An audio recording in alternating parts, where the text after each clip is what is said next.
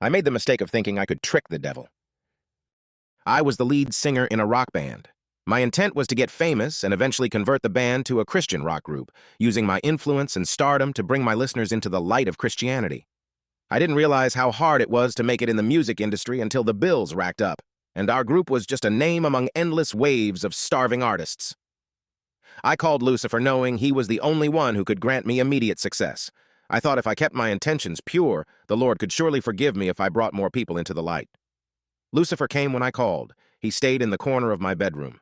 His figure was concealed by darkness, but his black eyes somehow penetrated all that was dark and stayed visible, watching me, allowing me to see he had heard me.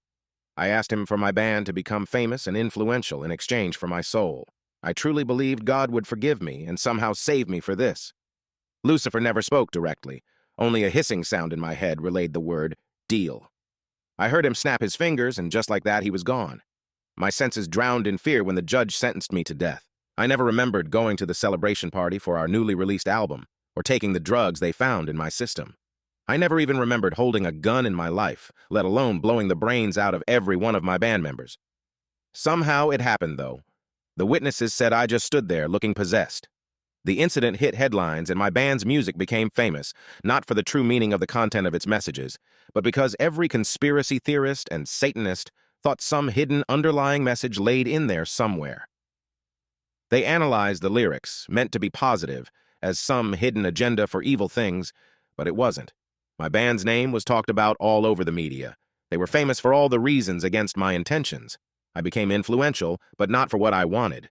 I received fan mail on death row from crazy kids and females that idolize serial killers, not the kind of people I could have ever converted. My own parents and friends refused to visit me as I sat in my cell counting the days before I meet my inevitable end.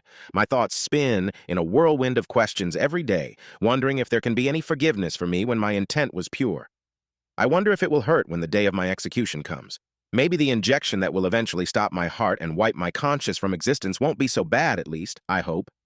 My ex-girlfriend was the only person who managed to give me a visit as I am nearing the final days until the end. She allowed me to borrow her phone and make my last goodbyes to anyone that would hear me, as well as write out my last thoughts on whatever forum I could find. When the guard initially took me to the visiting area to meet my girlfriend, he looked back at me before walking away. His eyes turned black for the briefest second, and he winked.